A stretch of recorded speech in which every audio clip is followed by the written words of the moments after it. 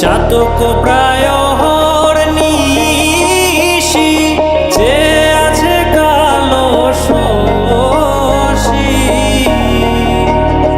আমি হব বলে চরণ দাসী হব। তো গাইস, আমাদের ভিডিওটা যদি ভালো লেগে থাকে তাহলে অবশ্যই আমাদের পেজটা ফলো করবেন প্লিজ ভাই।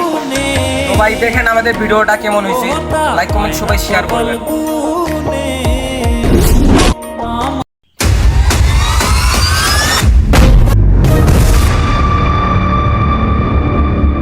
চালে